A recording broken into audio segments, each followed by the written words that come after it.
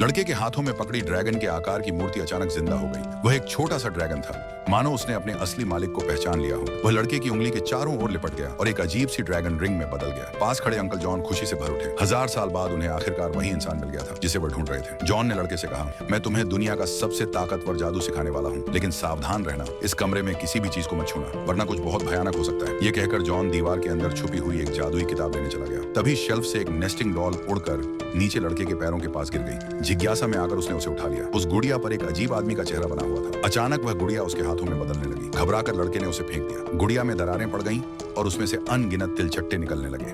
कुछ ही सेकंड में वे सब मिलकर एक आदमी का रूप लेने लगे। वह वही चेहरा था जो गुड़िया पर बना हुआ था। ये एक दुष्ट जादूगर था जिसे 1000 सालों से उसी नेस्टिंग डॉल में कैद करके रखा गया था और लड़के ने अनजाने में उसे आजाद कर दिया था। कुछ समझ पाता उससे पहले ही जादूगर उसे मारने के लिए झपटा। ठीक उसी वक्त जॉन लौट आया और उसने हमला रोक दिया। जॉन ने उसे फिर से कैद करने की कोशिश की, लेकिन जादूगर ने अपनी भयानक ताकत से पलटवार किया। दोनों के बीच जबरदस्त लड़ाई छिड़ गई और दोनों बराबरी पर थे। लड़ाई के दौरान एक और नेस्टिंग डॉल लुढ़क कर लड़के के हाथों में आ गई। दुष्ट जादूगर ने उसे देखते ही चिल्लाकर कहा, मुझे वह गुड़िया चाहिए। उसी पल जॉन आग की लपटों को चीरता हुआ आगे बढ़ा और जादूगर पर टूट पड़ा। लड़के को बचाने के लिए जॉन ने खुद को और जादूगर दोनों को एक कंटेनर के अंदर सील कर दिया।